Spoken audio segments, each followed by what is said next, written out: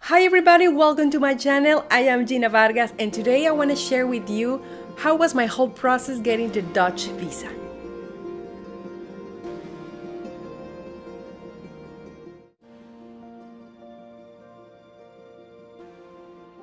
In the beginning, we wanted to apply for an MVV visa, which is the couple visa or the relationship visa. And the first step to apply for that is to learn a little bit of Dutch. The second step is to go back to your own country and apply for test of Dutch level A1 at the Dutch embassy in your country. The third step is to wait for the results, and the fourth step is as soon as you have the results, you can start submitting all your documents to the IND. I am not gonna tell you exactly what kind of documents because I think every case is a little bit different, and also I think every country is a little bit different. I am not sure, so I encourage you to go to the IND website for more accurate information about that. But then, surprise, surprise, I got pregnant. And that changed the whole scenario. We didn't want to wait too long for the MVV visa, and I wanted to deliver my baby in the Netherlands. So we were looking for some options, and then we realized that we could apply for the chavezarrest. This is a kind of visa that allows non-European parents of a Dutch child to be in the Netherlands. And that was our advantage because my baby was considered Dutch because of my husband. With the chavezarrest, you need to apply for that kind of visa after your baby is born. During all this time, we were trying to find a solution for me to be sooner in the Netherlands and have Eva here. But there was one thing. The Netherlands requires you to have an insurance, yes or yes. That's very important, especially if you don't have insurance. This can be very, very expensive. I had a medical insurance from Mexico, but didn't cover the cost of pregnancy in another country, right? So we were thinking what to do, and we found this website that helped us a lot. I'm gonna leave the link in my description, and I really encourage you to check the website and to read the whole article. You can translate that to English or Spanish if that's better because it's only in Dutch. So we did exactly what this lawyer recommended. I traveled to the Netherlands around 5 months and a half or 6 months. And my visa allows me to stay in the Netherlands for only 3 months. So I was right in my due date. I was very, very close to my due date. And of course, I didn't want to be here illegal. So it's very important that you apply for an extension of your visa 6 weeks before the due date. You're going to apply for an extension of your visa based on medical reasons.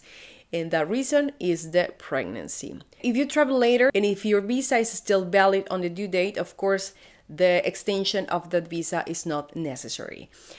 But the problem is that here in the Netherlands, you need a Dutch insurance. And if you cannot get Dutch insurance if you don't have a BSN number. So that was a huge stress for us.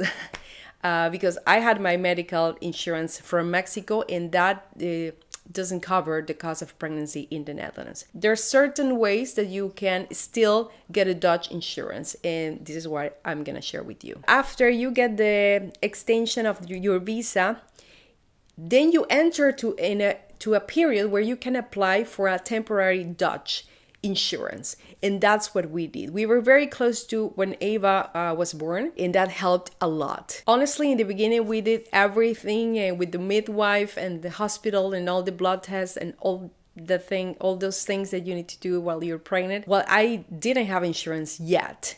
So that was a little bit stressful, but we were very sure that we were gonna get it at the end.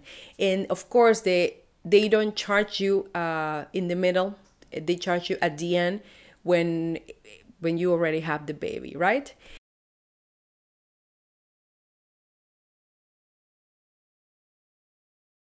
As soon as Eva was born, we had 3 days to get the birth certificate for her. And I think in the first 15 days, we applied for Eva's passport. As soon as you get your passport, you can apply for the chavezarrest. And that process can take 6 months, kind of, sometimes even longer. In those 6 months, also they can ask you for more proofs, more information, or I don't know if they have some doubts. They can ask you for more information, right? So after finally 6 months, 7 months, kind of, we got the approval and we got a letter. And with that letter, you get a BSN number, and after that, you can start working. You can have a bank account. You can have a Dutch phone number. It's like your life starts.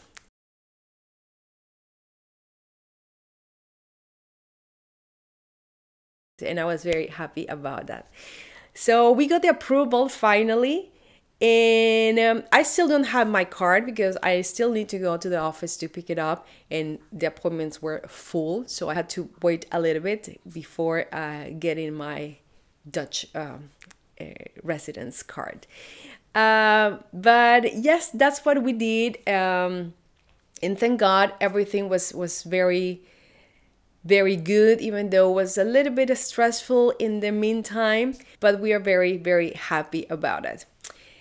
And this is very, very important. The good things about the Chavez residence, the good thing is that it's the cheapest way to get a Dutch visa, because I think it costs maybe 60 euros to get the visa. I mean, it's not the easiest because having a baby is not easy at all. But I mean, it's the cheapest, and I think it's also a little bit fast, I think. I mean, due to the pandemic, it was not, but I think it's also the fastest way, I think. Also, another thing that is good about the Chavez residence is you don't have the pressure to start passing all those tests of the language. And I mean, you don't have the pressure, but I still recommend you to learn the language, because I think it's very important to integrate into the Dutch culture, into the Dutch society, I believe. So the downside of the Chavez residence is that if you're coming from a country that requires to apply for a visa every time to enter the Netherlands, you still need to do that every time you leave the Netherlands. And in my case, I come from Mexico. I'm from Mexico, so the Netherlands doesn't require a visa for Mexicans to enter the country. And I hope it stays like that. but you don't know. And if that changed, well, I have to apply for a visa every time I come back to the Netherlands. And also another thing is that the Chavez residence only lasts 18 years. I know it's a lot. It's a lot of years, but you have 18 years to change the Chavez residence to the MVV visa, to the relationship visa, because as soon as your baby or your son, daughter is 18 years old, you need to leave the country, and that's not cool. So I think you have plenty of time to go from the Chavez residence to the MVV visa. So that's it for today. That's how we got finally the Dutch residence. And we're very happy. We're very happy. I know all this immigration process, it can be so overwhelming, especially for the person who do all the paperwork. And in this case, your husband or the Dutch partner needs to do all that process. So my husband did a very, very good job. And I was busy having a baby. So yeah, everything went well. And we are happy here, and we're together. I wish you all the success to get your Dutch residence, and I hope you get your visa very, very soon so you can be with your loved ones. I hope this information helps you, and if you think this information can help another person, please share. If you like this video, give a thumbs up. If you haven't subscribed, well, I invite you to subscribe. help me to achieve 1,000 subscribers. My goal is to get them at the end of the year. I know it's maybe it's a little bit hard, but I hope I can get that. And thank you for being here. Thank you for your support, and thank you for everything. And have a nice day, and I will see you in my next video.